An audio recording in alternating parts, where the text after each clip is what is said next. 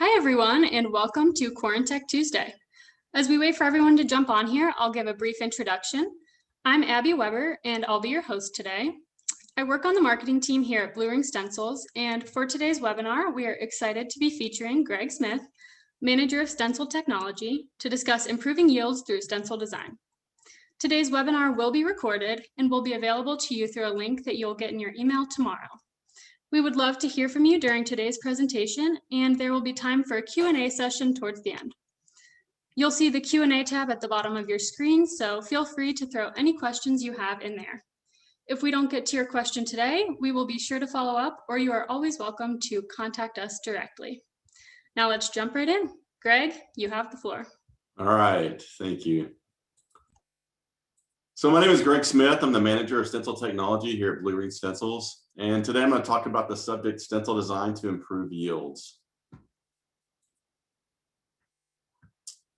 Just a quick outline of kind of what we're going to cover today. We're going to talk a little bit about pitch parts, kind of the standard things we do to, let me grab a laser pointer, to when we get a new order, just the standard areas that we look at whenever we do design stencils. So those would include pitch type parts, chip components, BGAs, thermal ground pads. So those are kind of the main areas that we look at. And then what we're going to do is look at things we can do either if you know when you order a stencil that you've got some components that may have yield issues, or you've already run that stencil or that board assembly and you have some issues. So we're going to look at things we can do from a stencil perspective to address those areas as well. So those areas would be solder balls, tombstoning, bridging at print, bridging at reflow, insufficient paste transfer on small aperture components, and then look at voiding. And voiding is a pretty big area, so hopefully we'll have some good pointers for you in that area as well. So again, main areas we're going to look at in this first section on standard stencil design: pitch components, BGAs, chip components, and specifically at small chip components, we'll look at those as well. QFNs, and then BTCs, bottom terminated components in general, and then we'll look at voiding.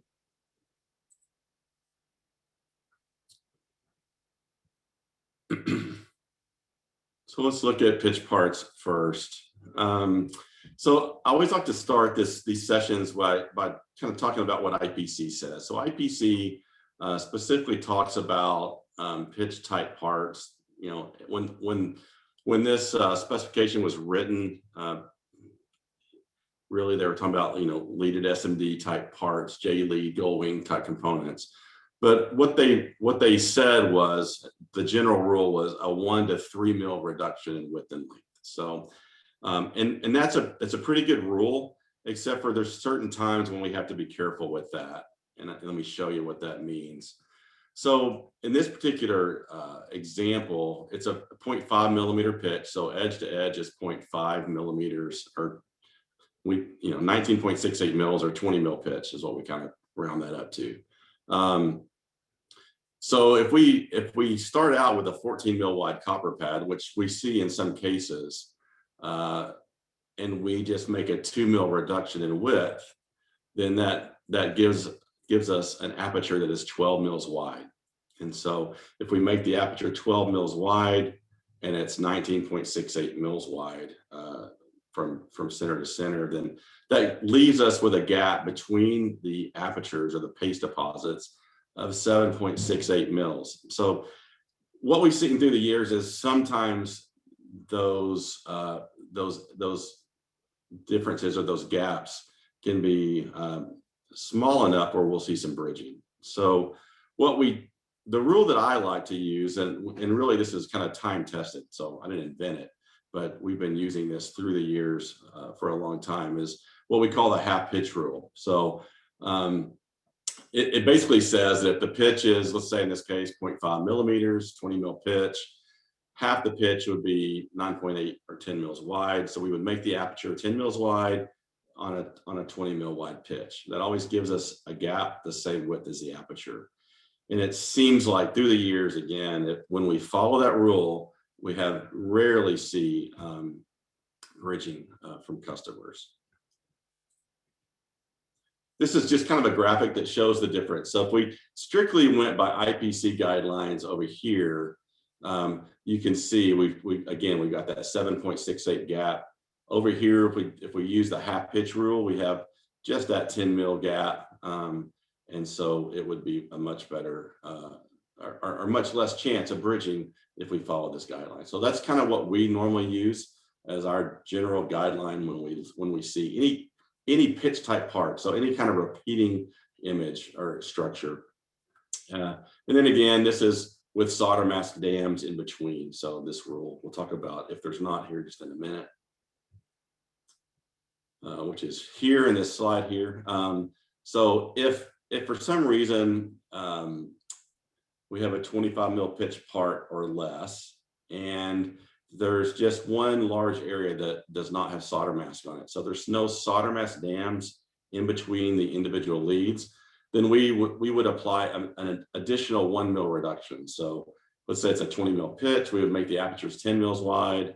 There's no solder mask, so we would add another mil. So we would make the apertures 9 mils wide, and that would give us an 11 mil gap in between. So that 1 mil, half a mil per side, I know it doesn't sound like much, but it seems to really help whenever there's no solder dams in between the pads.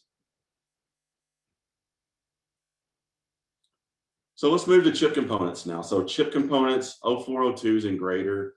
Some customers have a separate design guideline for no clean chip components versus water soluble. And some people just use the same guideline for everything. But here's kind of the standard reductions that we would apply to chip components 0402 and greater. Is a lot of times if it's a water soluble process where they're going to wash, the PCBs will be washed after assembly, then we would just start out with a 2 mil, minus 2 mils in the X and the Y. So we would reduce the aperture from copper 1 mil in the X and the Y, or 1 mil per side in the X and the Y.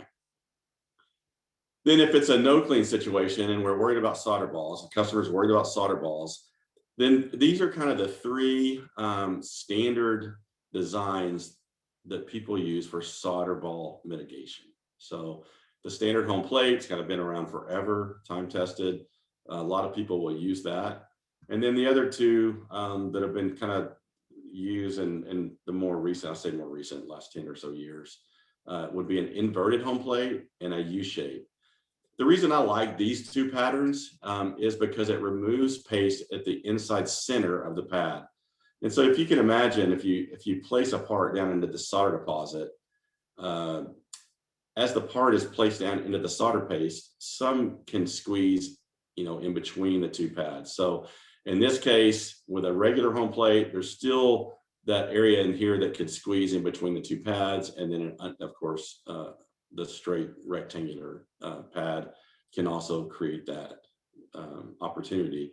And whenever that solder paste squeezes down, that solder paste, when it reflows, can kind of migrate around to the edge, and you'll see a mid-chip solder bead. So my preference is always these two patterns on the right for mitigation of mid-chip beading. So typically people ask me which one I prefer. I would just use the inverted home plate. Really, there's really I don't have any data to prove that one is better than the other.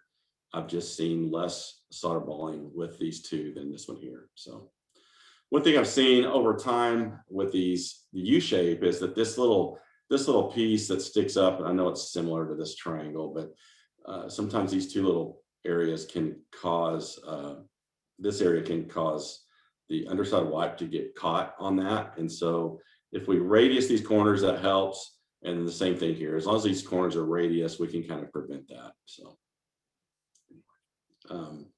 when we have O201, so we get down smaller, an O201 chip, again, we would go down as far as our reduction from 2 mils in the X and the Y to only 1 mil. So a half a mil around the perimeter, we would reduce from copper. And then again, we can still, if we're worried about solder balls, we don't see as much concern on solder balls on O201s. But if there is some concern for solder balls, then we can apply, again, these shapes. when we apply these shapes, we're adding more surface area to the perimeter of the aperture. So we have to always be really careful to make sure that the area ratios stay below or stay above what our minimum area ratio needs to be. So it's kind of why I put these area ratios up here so you can see they do change with shape change. So you have to be careful when you start applying those sizes, those shapes. So normally anything smaller than an 0201, we make 1-to-1 with copper, and we radius the corners still as long as we can. Sometimes a 2 to 3 mil radius is kind of our minimum on the lasers to get a good smooth radius. So sometimes these pads can start getting so small that we just have to use rounds instead of squares with a radius corner. But we typically print 020 or anything smaller than 0201s 1-to-1 with copper. That does bring me to a point. I wanted to make sure, you know, whenever you're ordering stencils from your stencil supplier, it's always really important, if you can, to go ahead and at least send the copper mask, paste layers, and silk if you have it, because having all those layers as a stencil designer, having those layers to refer to as you're designing that stencil can really aid in the final stencil design as you put that stencil on the line and produce good results. Sometimes if you just send the solder paste layer, sometimes that solder paste layer has already been reduced. So some apertures have been reduced by a certain amount, others by other amounts, and we can't always guarantee that the final product will be good because, you know, we just don't have all the layers to look at. So I wanted to kind of talk about that for a second. Let's move on to the thermal ground pads of anything except for a bottom terminating component. So like in this case, a QFP. So a QFP type component. So on a QFP component, we're going to treat these perimeter IO pads just with like we would a pitch part. So we're going to apply the pitch part rules to the perimeter leads. And then now what do we do with this thermal pad, the ground pad? So what we do with a QFP would be to apply a 30 to 40% reduction to the area of that ground pad from copper. And then depending on the size that we end up with, if it falls in these categories, we would window pane with webs this wide. So if we let's say we make a 60% reduction in volume here or an area here, and that pad is between 100 and 150, then we would use an 8 mil web to make the 4 window panes and so on. So if it's less than 100 mils, we would just leave it one rectangular pad without a window pane. Then whenever we get to thermal pads, looking at, again, that 7525B IPC standard for stencil design, it says to reduce 20 to 50%. So that's a pretty big range. So 20 to 50% area of the ground plane. We've kind of landed through the years in some research, and we'll touch on that in a minute, but on 60% coverage, so a 40% reduction. And so just ignore my 50% here. So we've kind of changed that since the last time I presented this. So it would be 60%, which would be a 40% reduction in the original volume.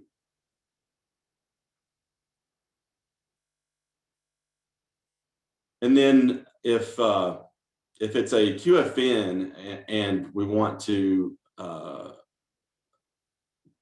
address the ground pad as well, then we would always apply this 40% reduction. So just like I said, 60% coverage, 40% reduction. And then depending on the size of the pad after the reduction, we would apply a very similar window pane to that as well. As far as void mitigation as a standard stencil design, so we get these packages in. We're designing the stencil for you, and we want to make sure we do our best to avoid voids in your final product. So we would always design, like I said, 60% coverage, 60 to 70% coverage of the ground pad. We would window pane, use the window pane shape as far as the design and not round apertures. So there's been some time through history when a 5-dot pattern was very popular and thought to produce less voids. And we've kind of gone back away from that. We've done some testing internally and found out that that gives us more voids. So we've gone back to the standard window pane pattern.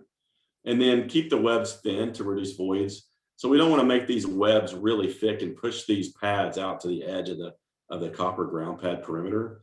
We want to pull them in away from that outside edge.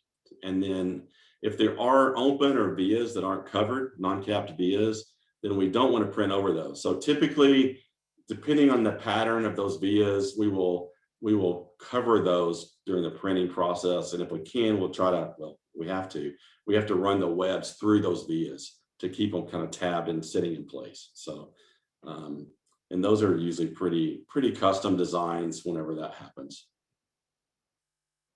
So now let's kind of move into the next section of this session and talk about what can we do where we know these issues exist. So, you know, a customer orders a stencil, they run a package of boards, and they come back and they say, hey, we've got solder balls, we've got some tombstoning of specific parts, we're getting bridging at print, we're getting bridging not at print but after at reflow.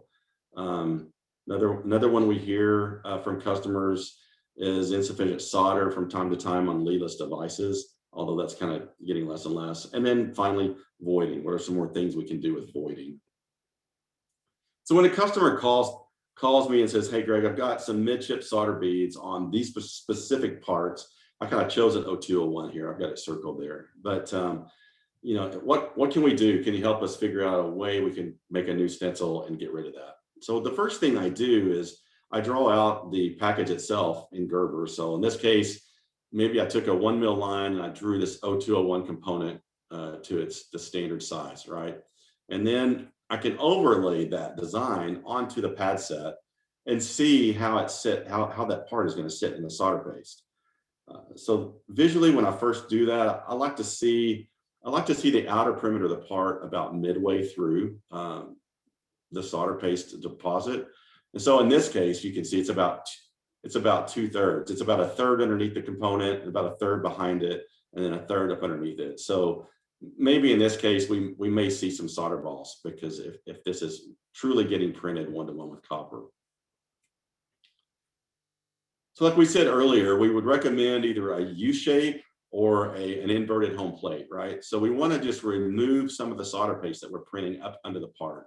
And so what we've seen through the years is when we do that, when we use that design, we can reduce the squeeze out that happens, and then that solder paste that's squeezed out beyond the pad will go around and form mid-chip beads.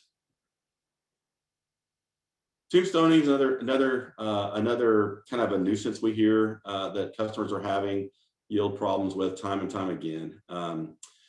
So what we found with tombstoning, it's almost the opposite of mid-chip beading. We want to reduce solder paste from the outside of the component. And a lot of times what happens is when I overlay the part onto where the solder stencil will deposit solder paste, a lot of times what I'll see is a really either long copper pad or a really big copper pad. There's just, whenever we apply, if we were to apply, you know, solder paste to that really big pad, it's just a lot of solder paste back here being exposed that can reflow first and then cause the component to bridge. Like in this case, I mean, our tombstone, excuse me. In this case, you can see this side, for some reason, the solder melted faster than this side. And if you were to go online and play that video, you would see that this thing just, you know, stands straight up. So it can be caused by a myriad of things. It can be caused by, you know, this side is tied to a ground plane and it slows down the heat that's actually applied to this pad, so this solder doesn't melt fast enough. So anyway, if we can apply these patterns, it seems to help the tombstone yield challenge a lot. I mean, quite a few times we've been successful with that through the years. Another thing that comes up from time to time is bridging at print. And a lot of times this, you know, you say, well, if you're using the half pitch rule, why would you see that? like I said earlier, a lot of times a customer will send us a solder paste layer and they'll say, hey, just cut the stencil 1-to-1 with a paste layer. And we do, and then the customer says, hey, I'm getting some bridging at print. So when we get that file to look at again, and we ask for the copper mask layers, one of the first things we'll do is just say, hey, are these aperture widths half of the pitch? If they're not, that's what we would suggest. And then if there's no solder mask in between the pads, we would suggest an additional 1 mil reduction to help mitigate that bridging as well. Another challenge we see from time to time with customers is bridging at reflow. So the board was printed, went through SPI with no problems. They place the part, goes through reflow, comes out, and we've got some bridging like you can see here. A lot of times this happens, most of the time, we see it on J-leaded or Goldwing type devices. So what we do with customers on that is we calculate a ratio of how long the actual foot of the component is to the actual copper land pad on the PCB. So if the foot is 25% shorter or more, then we know we need to make some reductions in the paste volume.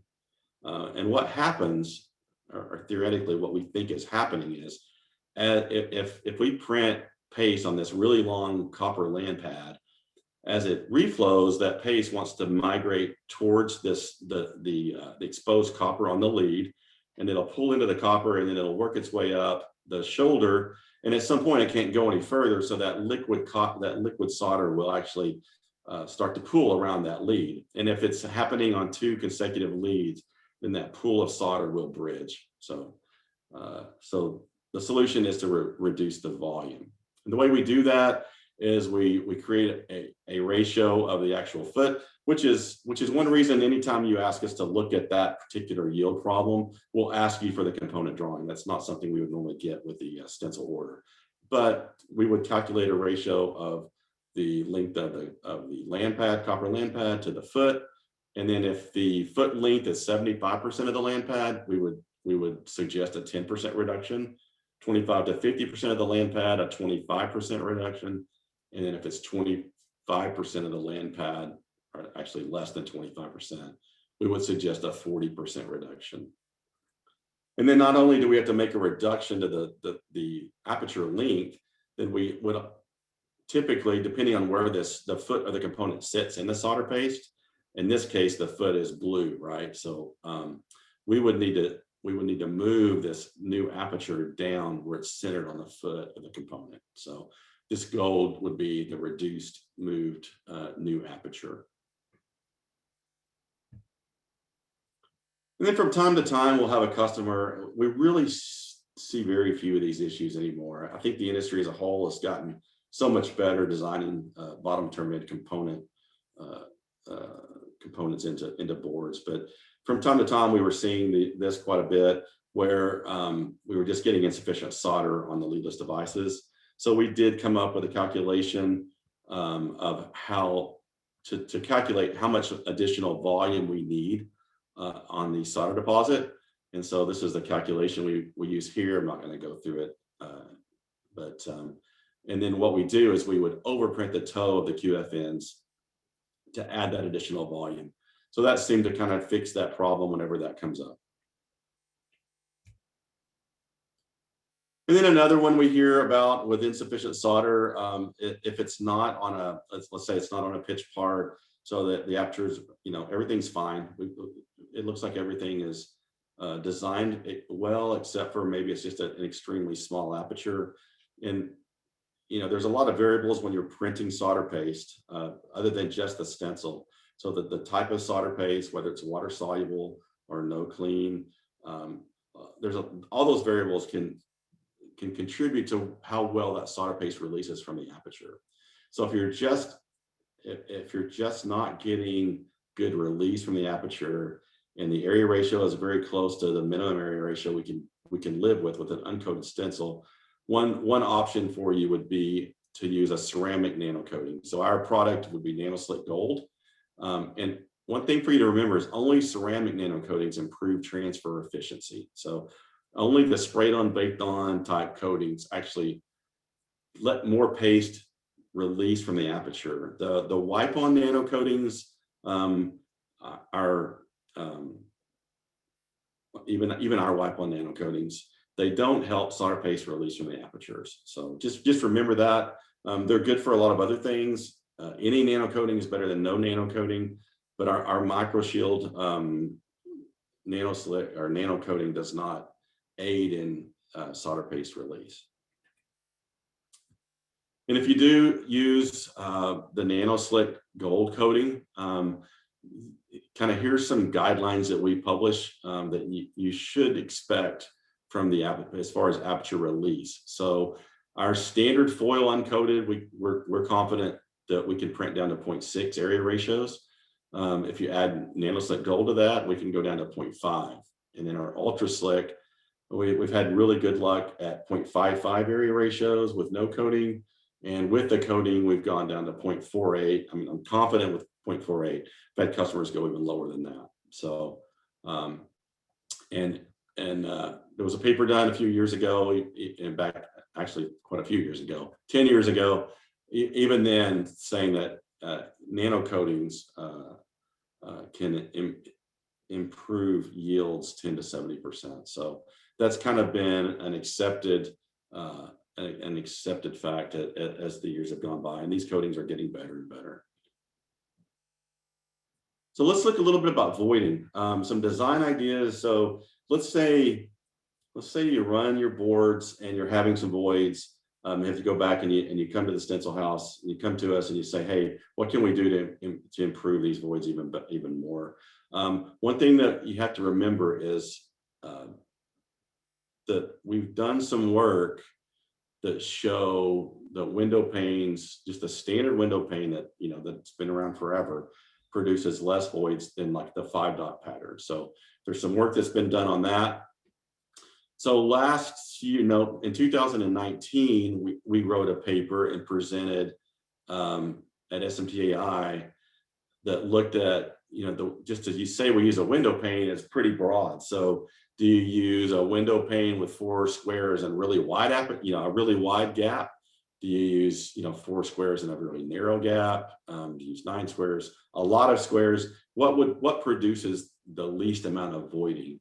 And what we found was 60 to 70% coverage produces fewer voids than less. So I don't know if you can see it on your screen or not, but this is a 50% coverage, 60%, 70, and 80% coverage of the solder paste. And these are the X-ray.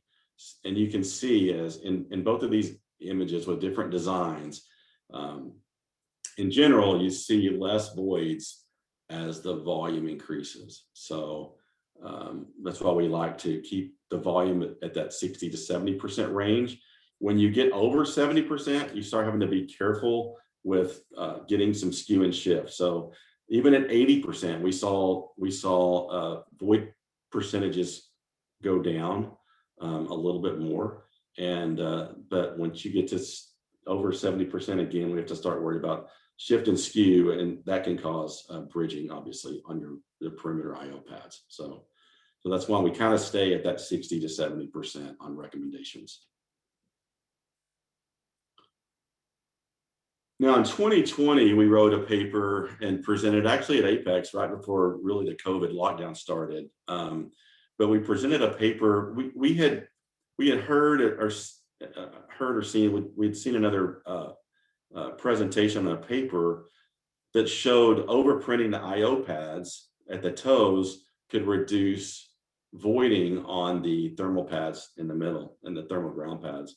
And so we wanted to kind of investigate that. And sure enough, we found that if we overprinted the IO pads at the toe, we could reduce voids on the ground pad. And theoretically, what we think is happening is if we overprint, let's say 20 mils beyond the copper pad up onto the solder mask, as that solder paste goes liquid and it starts pulling back into the copper, and as this mass of solder paste all around the part is pulling back to the center, what we believe is happening is it's lifting up the part as it's still liquid, as the solder is still liquid, allows those gases to escape.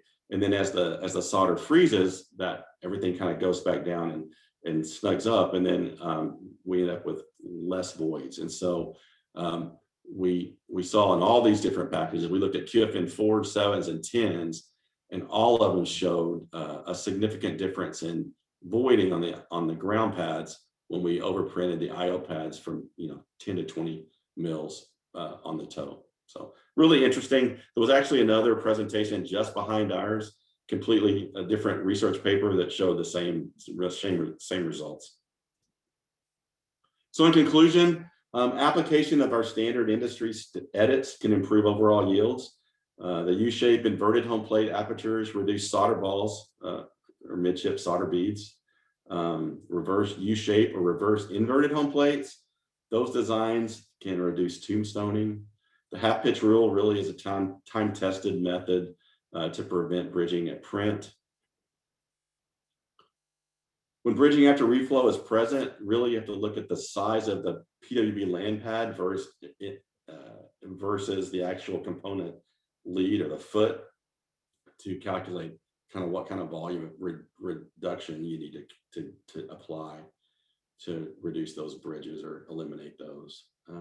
Insufficient solder on QFN and BTCs can be corrected through calculations, and I'll be happy to share those with you if you need those.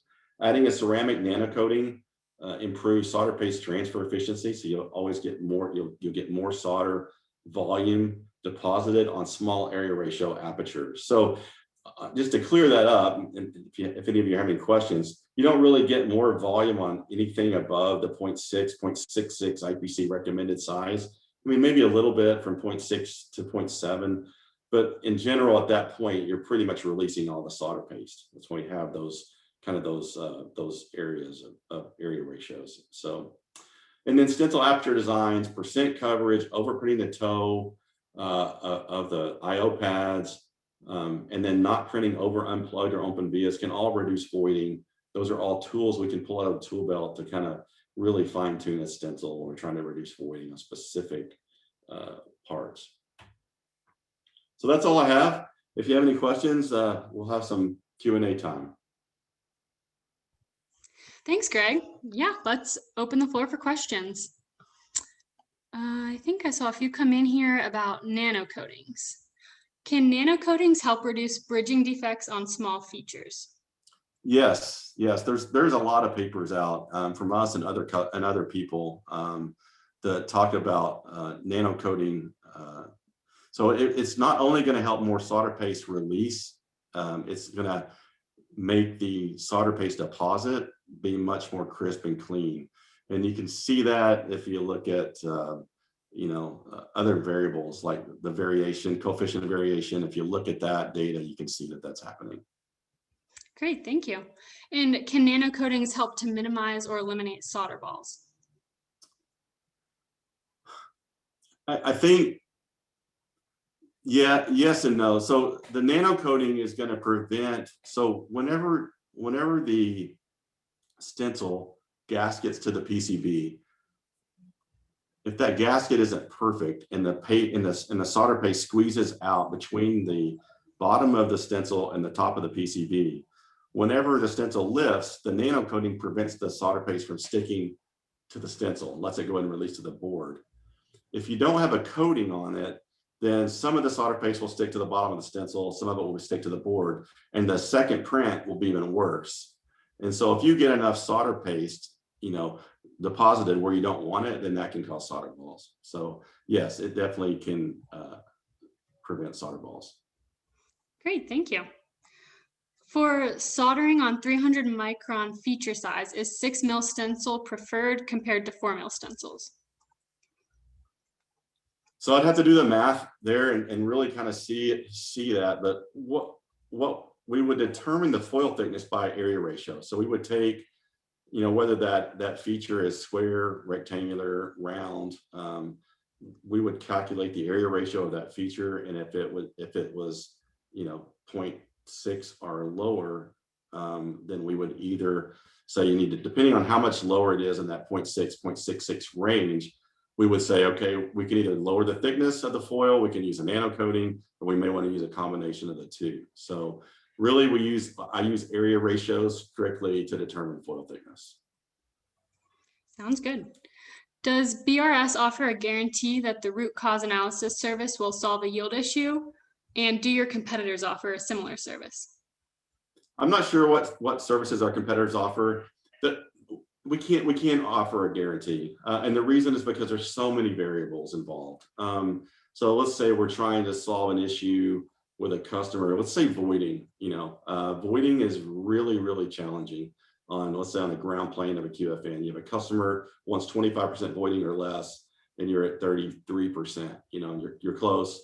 I mean, we can offer some definite suggestions that may help that, like overprinting the toe of the IO pads, maybe increasing the volume depending on where it starts. But we don't have control over the solder paste that you're using, the placement accuracy of the equipment you're using, the profile. All those are really going to play as far as how much voiding. So we can't really guarantee it. I just know I feel like our track record is pretty good. So. Great. And what is a good method of addressing BTCs that skew during reflow? Is there a good method to identify issues with stencil design that may contribute to this?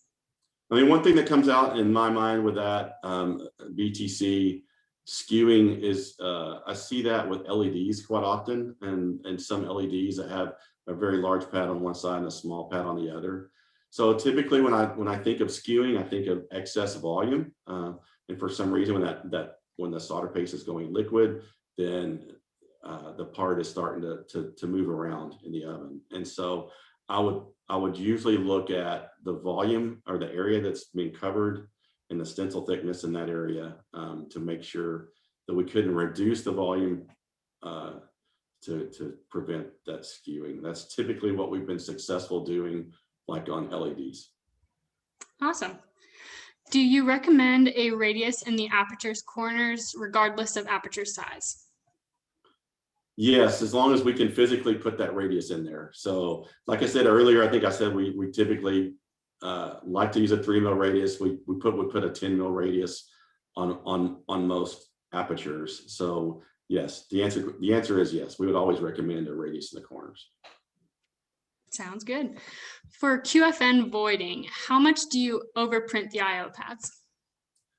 So the work we did back on that 2019 paper, we overprinted up to 20 mils. The problem with going, and then Dr. Armendariz did another paper after that, and he went like 40 or 50 mils beyond. The problem is you start running into other pads. So we saw the best results at 20, but that's as much overprinting as we applied. So I didn't want to go beyond 20 mils because I think that's going to get really difficult to keep keep shorting from happening if there's either uncovered vias or other components close by. So in some cases where we've done that, applied that pattern, we've had to, on some of the IO pads, we just don't overprint any more than we can only overprint maybe 6 mils.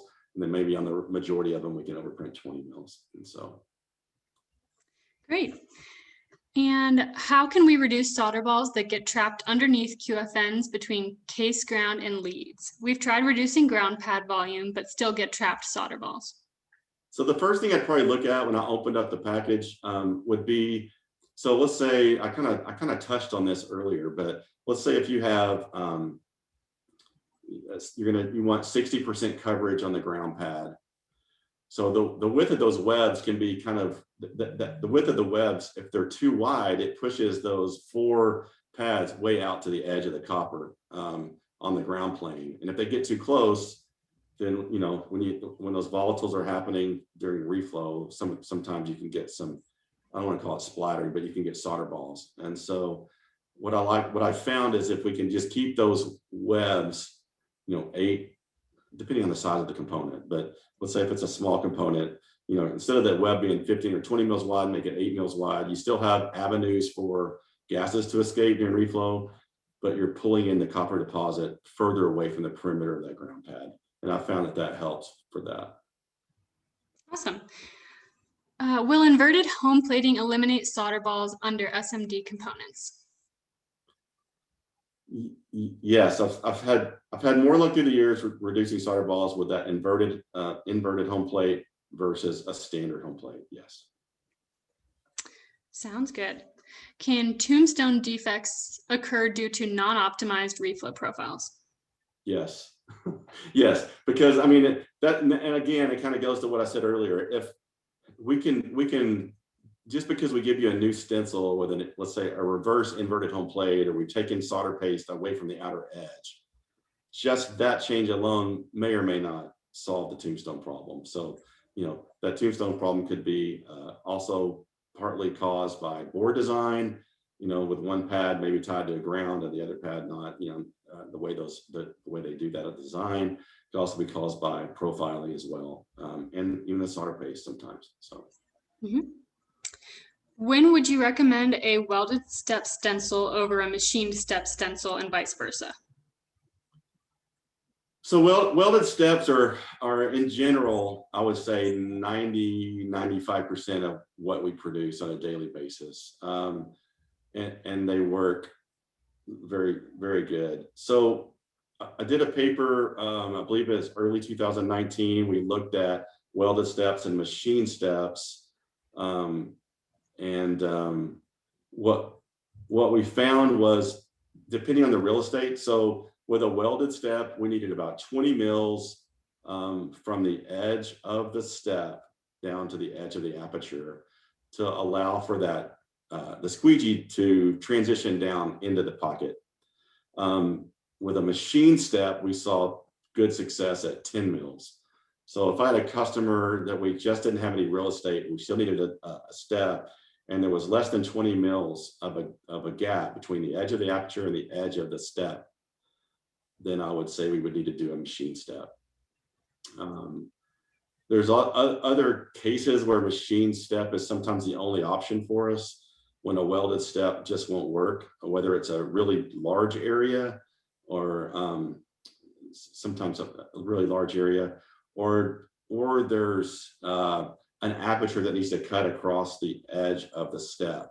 So if the laser is going to cut across a step, then it can cut across. If it cuts across a weld, it can compromise the weld. So we would use a machine step. Awesome. And this is a question, broadly, when should a step down stencil be used? So a step down stencil would be used in general if you have components that have to have a 5 mil thick paste deposit or more, right? But you have let's say a 0.4 millimeter device or smaller, and you have real estate around it, then that's when you would need to step down for those smaller components. But you have these larger components that have to have the volume of a thicker foil, like a 5 mil foil. Great. What is contribution of solder defects due to improper stencil design compared to other factors like solder type, pick and place, or reflow? That's a hard question. I can't really answer that. I think that would have to be something that maybe our customers themselves would have to look at that and try to determine. It would be hard. I don't even have a feel for what that would be. Okay. And is there a calculation formula for inverted home plate designs? I mean, typically what we do is, so on our standard designs, if we were designing, let's say an 0402 component, we would do a 1 mil reduction per side, or -2 in the X and the Y, and then we would apply, let's say, an inverted home plate. And then the inverted home plate, the distance from let's say the top to the bottom of the V would be 33%. And that's kind of been our standard, would be a 33% of the length of that pad. So we would call that a 33% inverted home plate, and that's kind of our standard. Sounds good. Is there a minimum gap between apertures you look for to make sure there's no bridging? Yeah, and that's really critical. I need to add that to the presentation, but so our rule of thumb is that we don't like to see it. We want to make sure that any gap between apertures is 1.5 times the foil thickness or thicker. So I'd like to see 1.5 to 2. So let's say you have a 4 mil foil for your stencil thickness. I don't want to see a web any thinner than 6 mils, between any two pads on the whole stencil. And so we have some routines we run to double check that. Great, thank you. Is there a foil thickness rule for specific types of apertures? No, in general, there's not a standard rule where you can say, you can go to some table and say, I've got an 0402, what foil thickness? I mean, there's probably some tools out there that may have a little bit of that in it. I just know that, so over time, so an important thing to remember when you're working with your stencil supplier is we can estimate if solder paste is going to release from an aperture based on area ratio, but we can't really predict if there's going to be enough volume for a specific type of component. One, we don't understand all the components. We're usually just seeing, we're just usually seeing shapes and designs to make stencils with. So although we know what a lot of the components are, but we don't know, it's hard, we can't predict if there's going to be enough volume. We can just predict if solder paste will release from an aperture using area ratios. Mm-hmm. Makes sense. Would a lower reduction from the 33% for inverted home plate help mitigate potential tombstone issues? It could. So what we have to be careful of is you want to make sure, if you remember the picture I showed earlier, the component's typically sitting about halfway in the solder paste deposit or halfway across the pad. So if we remove more volume underneath, we got to make sure that the inside edges of the component leads are sitting in the solder paste to keep it in place during reflow. So if we take too much out, there's not enough solder paste for the part to sit on to keep it in place during reflow. So that can be the challenge with going less, or removing more paste underneath the part. Mm-hmm. Is there a way to improve stencil gasket on QFNs with non-solder mask defined pads? No. If it's a non-solder mask defined pad, and let's say the mask is keeping the bottom of the stencil up, off of the copper, obviously, there's really just no way that I know of that we can get a better gasket in there. I think the nano coatings will help the paste be squeezed through that deposit easier and help it release better. But yeah, I'm not familiar with another way we could get a better gasket in those areas. Thank you. And how do you know if there's enough volume for a good solder joint? That's really something our customer has to be able to identify using their SPI equipment or visual inspection. As long as we're getting a good paste release from the stencil aperture, that's really all that we can do. And again, the nano coatings are going to help that. The nano slate is going to help that. Sounds good. Well, I think here's one more question. What is the best cleaning practice in between solder prints? So a lot of that also can depend on, a lot of that depends on, the board flatness. As far as the number of prints you can go before the underside wipe, I'm assuming that's what the question is. How many prints can you go between underside wipe cycles? All that's really going to depend on a lot. There's a lot of variables there. The nano coatings will help that. So with either like our MicroShield or our Nano Slick Gold, it's going to prevent solder paste from sticking to the bottom of the stencil. So you may be able to go from wiping every print to wiping every 5, 10, 20 prints. It really is going to be dependent on each board that you're running, type of board. Sounds good. Well, we are coming up on our time here, so we'll start wrapping things up. And thank you again, Greg, for joining us today. You're welcome. Thank you, everyone, for your attendance and participation.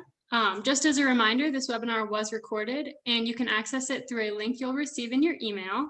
As we mentioned before, don't hesitate to reach out to us with any questions, and be on the lookout for future topics. We look forward to seeing you in July for the next Quarantech Tuesday. Have a great rest of your day, everybody. Thank you. Thanks, Greg.